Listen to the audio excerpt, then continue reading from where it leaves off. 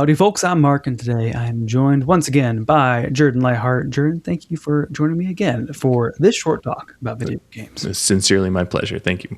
Absolutely. And you listen to Quick Play, so let's get right into it. So we're now a little bit over 5 years in the 2020s. We're now 6 years in the 2020s, which is a little over half a decade. And so all through 2025, kind of leading into 2026, and finally wrapping this up soon, we being me, have been asking all my guests of, hey, what's your game of the decade? Which is a funny question because it is not a full decade, but it is a nice opportunity to talk about games so far. It's a checkpoint on the 2020s, and it also, all this, it's just an excuse to talk about games we like, particularly the cool new ones that we're into. So, Jordan, what has been your game of the decade so far? I know, since I watched the podcast religiously, thank you, that Elden Ring has been already mentioned, but that would definitely be on my list. Of and we can still talk about Elden Ring if you would. Yeah, we can. Let's talk about it for a little bit. But I have another one that I think will also should be in the running. So let's do Elden Ring first a little bit. Perfect. Yeah. So why is Elden Ring like at the highest tier for you? I honestly think that Elden Ring does one of the best jobs I've ever seen of an open world game I think that we've seen since probably Vanilla WoW. Oh, wow. Okay. I think it's, and the biggest thing is that the exploration matters. Like you can go and you can find weapons and stuff like that, tailor your builds and stuff like that. Yeah. But more importantly was, besides the Soulsborne format, which I know another Souls game came out in the 20s. Was it Sekiro? Yes. Sekiro was a big Which one. I've heard is phenomenal. I just haven't played it yet. There's also the Demon Souls remake. But did they? Oh, it was still on PlayStation. Who owns a PlayStation, honestly? Yeah, true. Who has time for that? And you just lost like 5 viewers. No. But the aspect, it was actually my first Soulsborne game that I played, which, I've heard that the first Soulsborne game is always leaves a special mark on you. Never forget your first. Yeah. But it was the aspect of being able to, at any point, you could leave the fight you're currently having and you could go and level up and hone your skills somewhere else. You didn't have to do something. And there was I basically, me and my friends vote on a game to play for a month. And so for the month of when it came out, I think it was February 2021, we decided on Elden Ring and we played it, and a ton. we played it a lot. And the thing about it is until it was last couple days of February, I was just having a blast, and I was like, I have to beat this game before the end. And that was when Elden Ring got a little bit painful, was when I was like, I have to go and beat this boss. I have to go beat this boss. When I was allowed to basically just go in and explore the game naturally. It's like I didn't have this, open world games since Skyrim, especially Ubisoft, have basically littered the world with points of interest. I think that Zelda falls into this category, and I don't think it's a problem for most people, but for me, I guess I have a little OCD, and I see something on the map, I have to go look at it. Sure. Yeah. And Elden Ring does not do that. It just says, hey, here's something cool, and I'm like, I know there's something in there that I probably want, but it doesn't feel like I'm guided. I'm forced to go there because something's blinking on a map. It's just if you want to go here, you have to go here yourself. Yeah. And so I found that the design was a little more reminiscent of older school games, and it perfectly married open world, whereas you can go wherever you want, you don't have to. And it's there are a couple gates where it's you have to beat Morgoth, no Market, before you can go to the next area. But there's a huge, vast swath of content to go and do before you even go and fight him. Gotcha. I don't even remember. Sure. Man, it does feel even of that's actually what the true emphasize open world, and that's really cool. I feel like I hadn't really heard that take on Elden Ring itself, and I think there's a reminiscent of older games. I feel like the older games would have been you do have to go in this place and doesn't tell you have to go in this place, versus like Elden Ring is totally like, you could go in this place, it could be something cool, you could ignore it and keep moving on. That kind of flexibility is pretty nice. Yeah, and it's like, so I think I went and fought Margaret like as a first boss, gating boss, right? Okay. I went and fought him very early on and just got wiped immediately. I was like, oh, I'm not strong enough. Sure. And so I went back and I think I way over leveled, and so I just went in and one shot him the next time I went in. And it's because I was just going around and exploring. I wasn't like, there was very little grinding that I had to do. It was just like go around, explore, fight enemies, die a lot, but also know like, and the best thing about Soulsborne games is that as you die, it's your fault. Like I never felt like I was like, oh, like some glitch happened, some cheese happened. It was like, no, if I had been paying better attention, if I had healed at this swing instead of attacked at this swing, and it's like, so it was really nice to feel like I was getting better as well as getting more powerful, because that's the goal of an RPG is like, you level up, you get more powerful. It's like, so I felt more powerful, but if I screwed up, things would go very poorly. Sure. Yeah. Anything that you wish was different about it? Kind of nitpicks you got? No.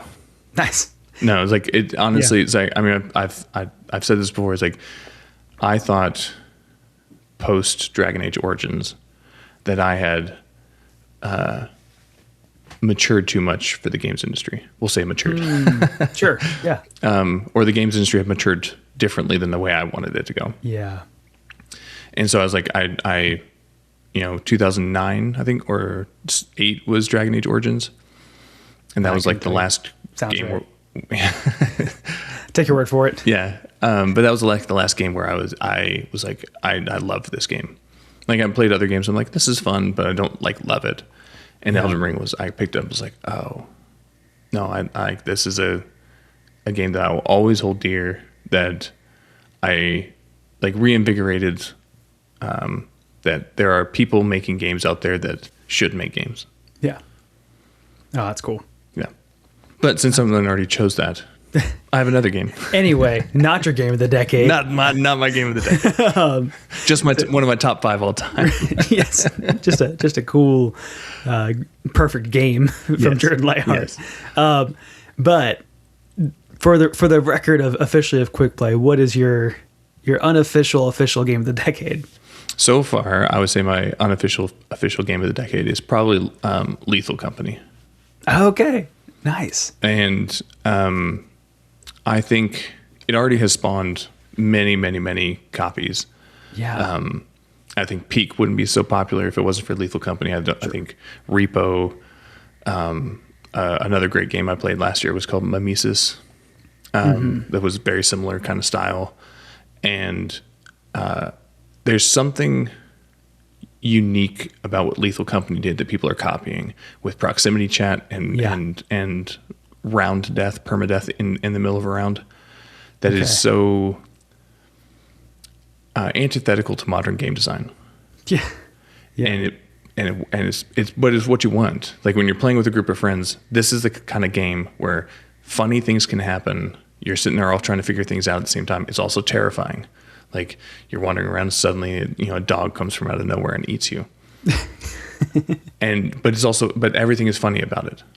Yeah. Because you're playing with your friends. Like when you're playing by yourself, I don't play horror games by myself. Like sure. I can't. Like Nah, I'm the same. Yeah. But as soon as I get with my friends, it turns into kind of more of a slapstick thing. And so when I'm thinking of like a game that, how do I put it? A game that like I see Elden Ring as kind of like the pinnacle of the art form of games media. Sure. Lethal Company is a game, like a gamer's game, kind of thing. It doesn't try and elevate to some, archetypal style. It's just like, you want to have fun, here's a game. Yeah. And too many games forget that nowadays, where they just say, no, we have to hit like certain metrics. We have to hit this. We have to do this. Oh, other games are doing this. And Lethal Company's like, nope, you can carry 4 items. Have fun, goof around. Goof around. You will die. And I honestly, like, I prefer R.E.P.O over Lethal Company, but I would say that Lethal Company would be considered more influential. or should be. Sure. It is funny of now I'm kind of just looking through the Google search of Lethal Company, and it's like all of these games have just kind of morphed into one in my brain. And it's like I've definitely seen Lethal Company, but it's like, oh yeah, that's the one where it's like you go into hell and bring a video camera with you. It's like, no, that was content warning. That was a very different game. And it's like, okay, these are all like, but it's helpful to know like this all kind of started with Lethal Company. As far as I can tell, yeah. Yeah. And if you haven't played R.E.P.O, like honestly, R.E.P.O takes the Lethal Company model and really raises it to 11.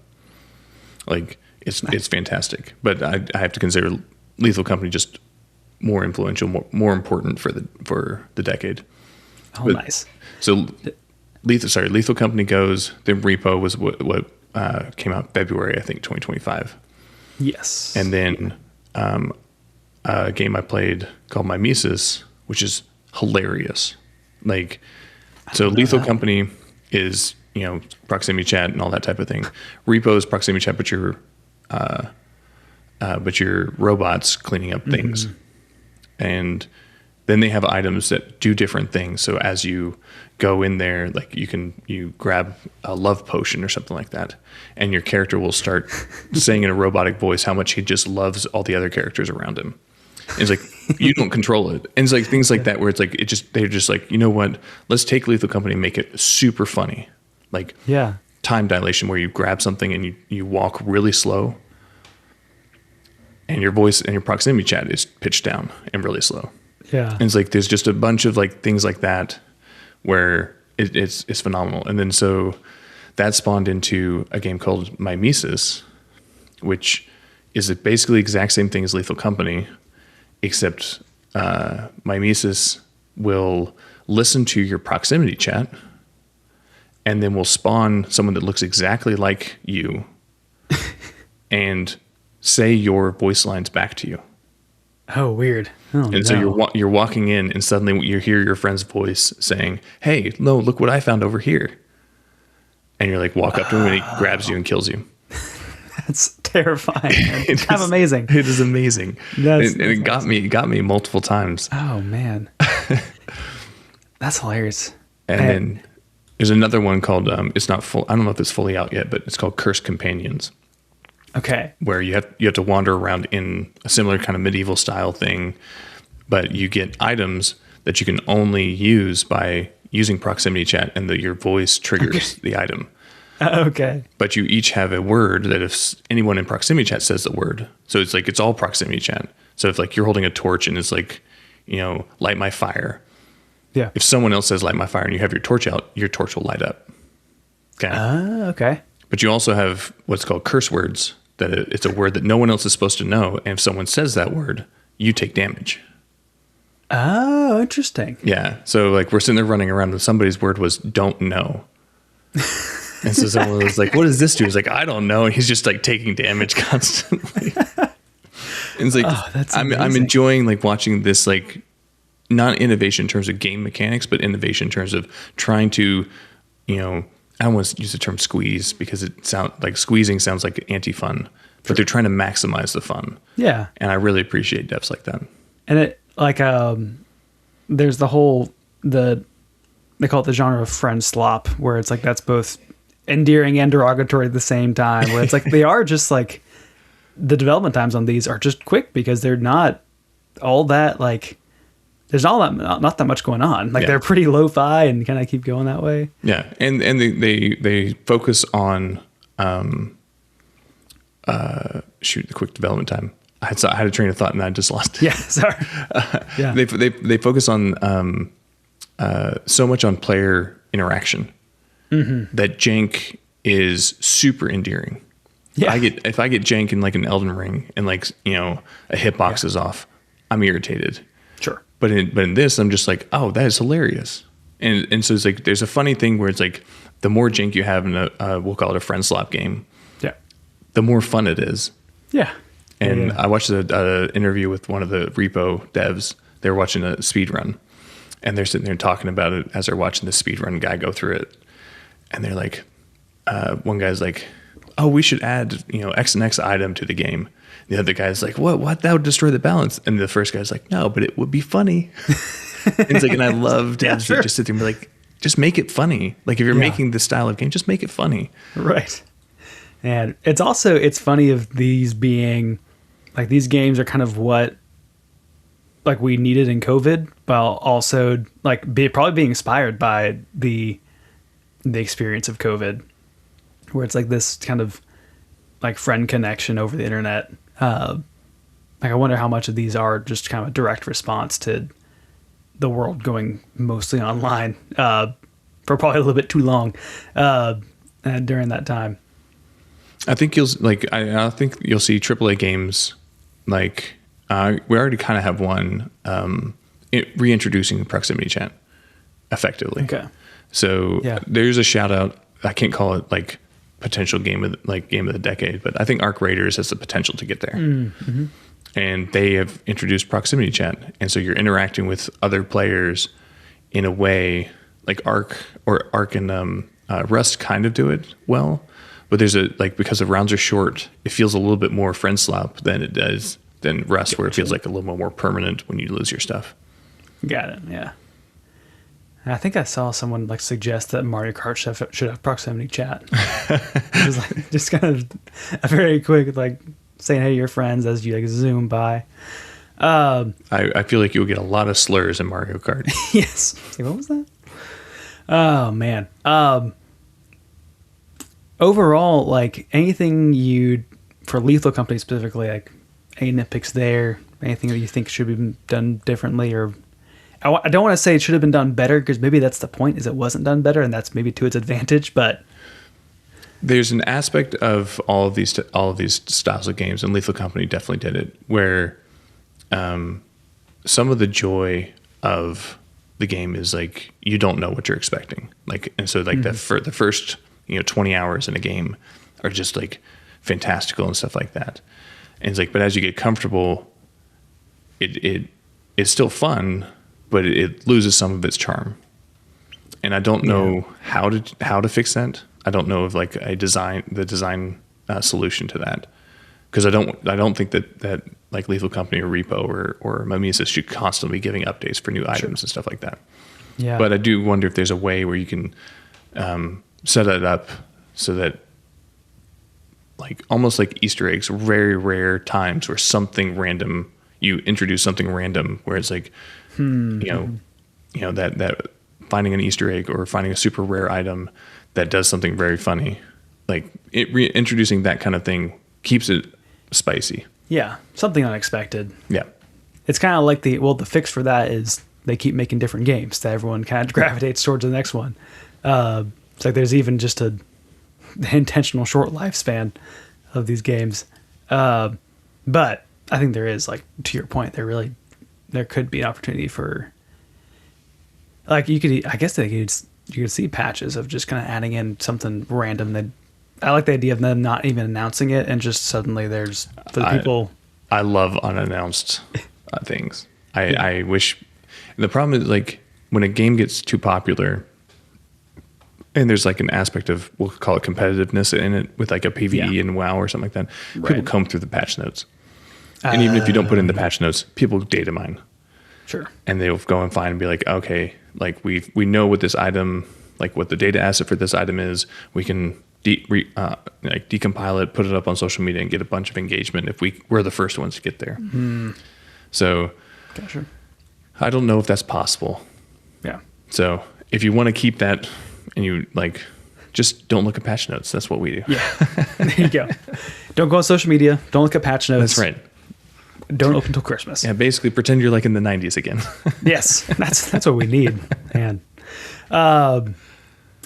we talked a little about kind of what makes this so special, but like what makes Lethal Company so special? Like, is it that proximity chat, or is it more than that? No, the best way I can describe it is the beginning of, it was the first time that we were playing, and it's the sudden stopping of the proximity chat.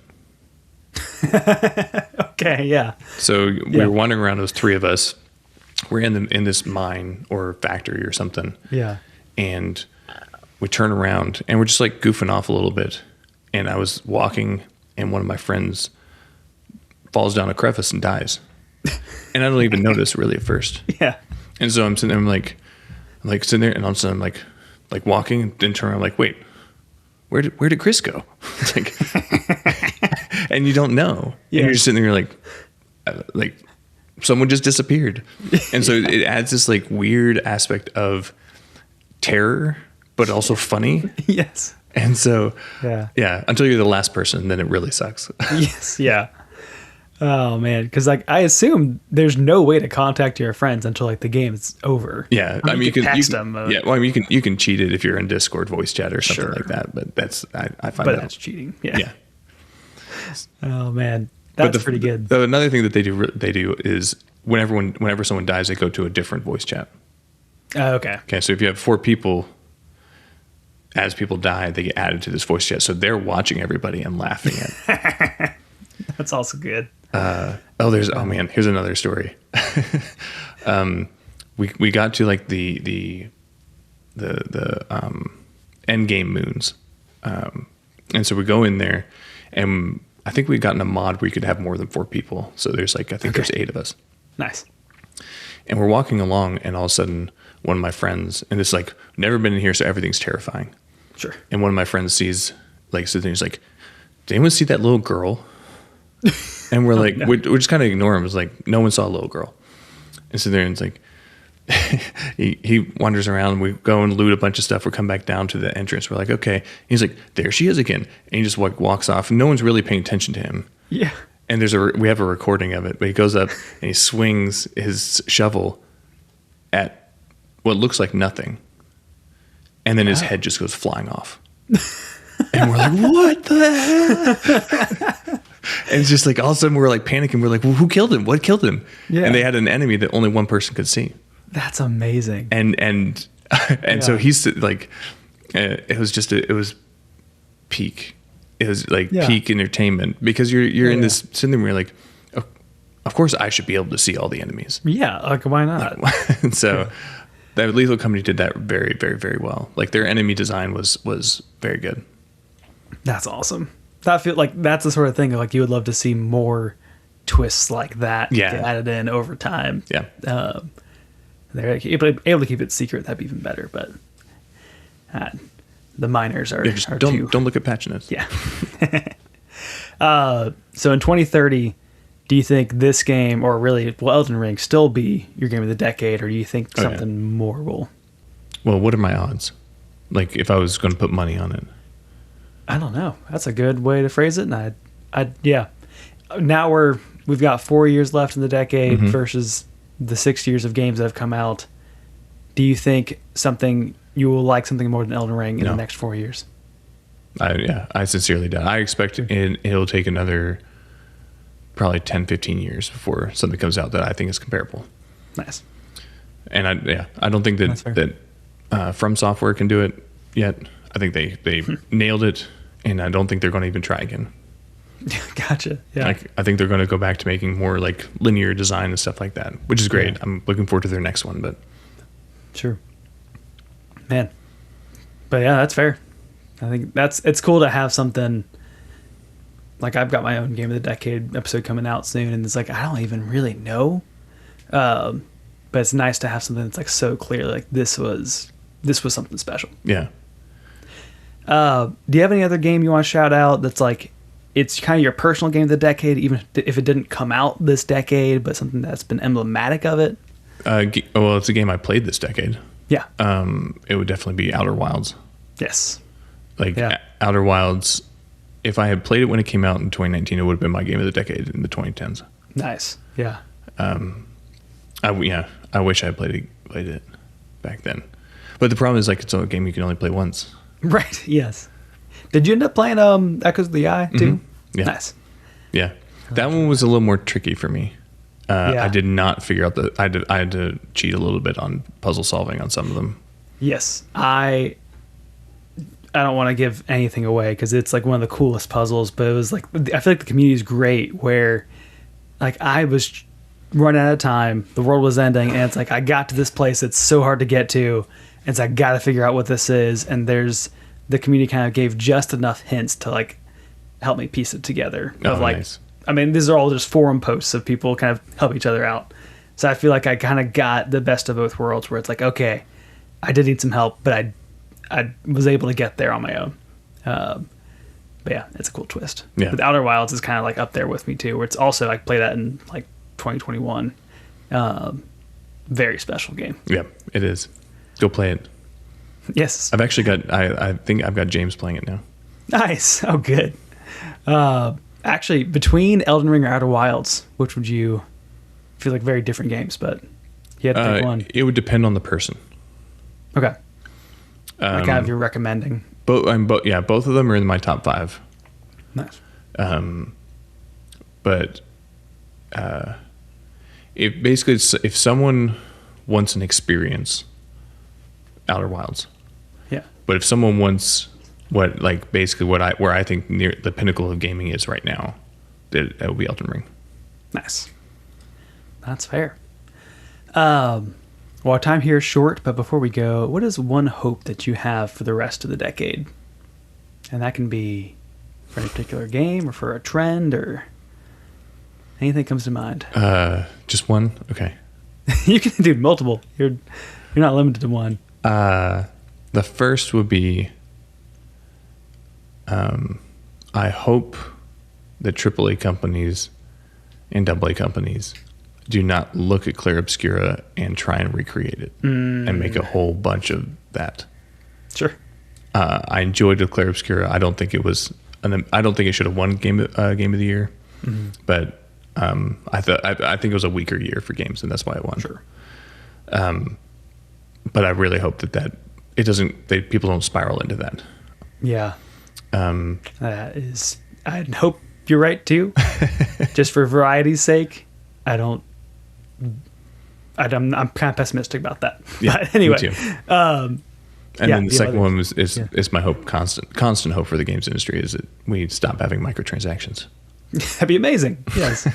That's the easy answer. Man, that's hard that's amazing. That's still an ongoing thing, which is not that amazing. But it's like that was a controversy 10 years ago. 20 years ago. Wow. Yeah. Horse armor. Yep. Dang. Here we are still. Bunch of chumps. I have a friend who's a dev and he makes mobile games mostly, and we go back and forth about microtransactions constantly. Yeah. Man. Bunch of silliness is what it is. Well, Jordan, one name, one game. What are you playing now? I am playing Arc Raiders. Nice. Yeah. I am going to say a boost from Oracle of Melees, just for you. Oh, thanks. I'll get into that. Bump those Steam numbers up. That's right. I can go up infinite. It's going 0 to 1.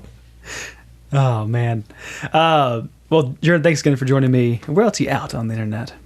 You can find me on X Twitter with @RealJarnod. That's basically the only place I am.